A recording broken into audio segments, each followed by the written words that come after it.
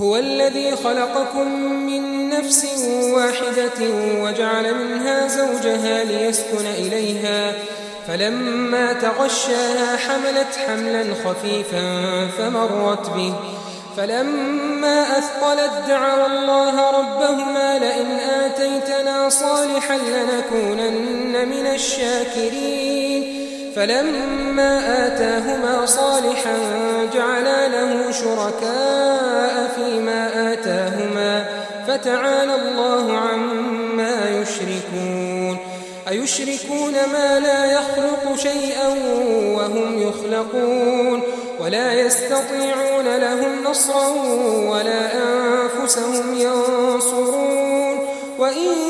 تدعوهم إلى الهدى لا يتبعوكم سواء عليكم أدعوتموهم أم أنتم صامتون إن الذين تدعون من دون الله عباد أمثالكم فادعوهم فليستجيبوا لكم إن كنتم صادقين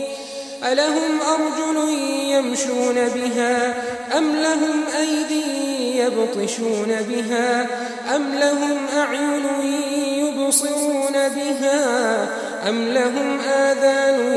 يسمعون بها قل ادعوا شركاءكم ثم كيدون فلا تنظرون إن ولي الله الذي نزل الكتاب وهو يتولى الصالحين والذين تدعون من دونه لا يستطيعون نصركم ولا أنفسهم ينصرون وإن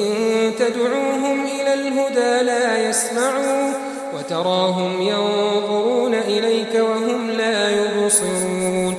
خذ العفو وأمر بالعرف وأعرض عن الجاهلين وإما ينزغنك من الشيطان نزغ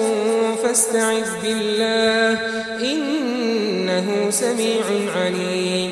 إن الذين اتقوا إذا مسهم طائف من الشيطان تذكروا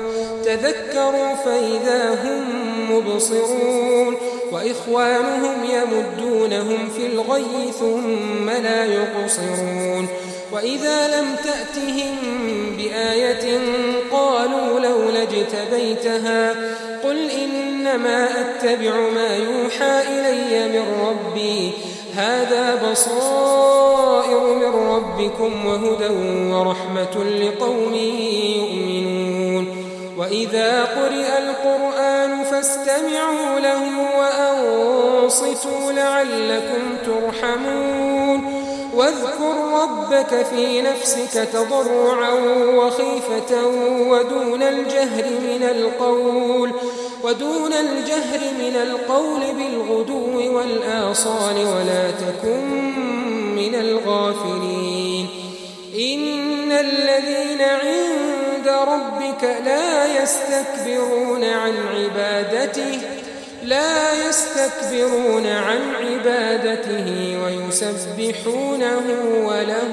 يسجدون